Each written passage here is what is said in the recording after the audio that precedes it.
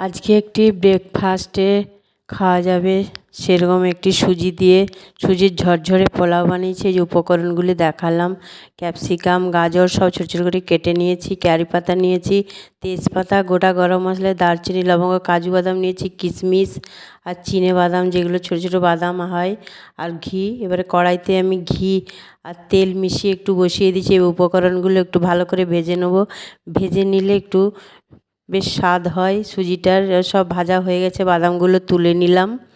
এবার ওই তেলের মধ্যে সবজিগুলো, গাজর, ক্যাপসিকাম, বিনস সব ভেজে নেব।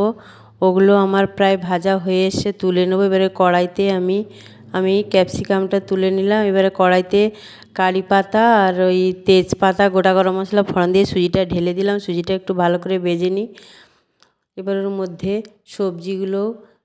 আমি যে সবজিগুলো দিয়েছি সব কটা সবজি দিয়ে দেবো, যেগুলো ভেজে রেখেছি, গাজর, ক্যাপসিকাম আর ওই বাদাম দিয়ে আরেকবার ভেজে আর একটু জল দিয়ে দেবো। নুন দিয়ে দিলাম একটু, আর কয়েকটা লঙ্কাও দিয়ে দিয়েছি। একটু জল দিলাম, একটু জল কম দেবো যাতে মাখা মাখা ঝরঝরে হয়। একটু নাড়িয়ে ভালো ভাজা ভাজা করে নামিয়ে নেব। হ্যাঁ, একটু চিনি দিলাম সামান্য, তাহলে একটু নুন মিষ্টি আমার হয়ে গেছে, প্লেটে তুলে রাখলাম। আমার যদি সুজির এই ঝরঝরে পোলাওটা ভালো লাগে একটু কমেন্ট করবে, একটু সাবস্ক্রাইব করে পাশে থাকবে।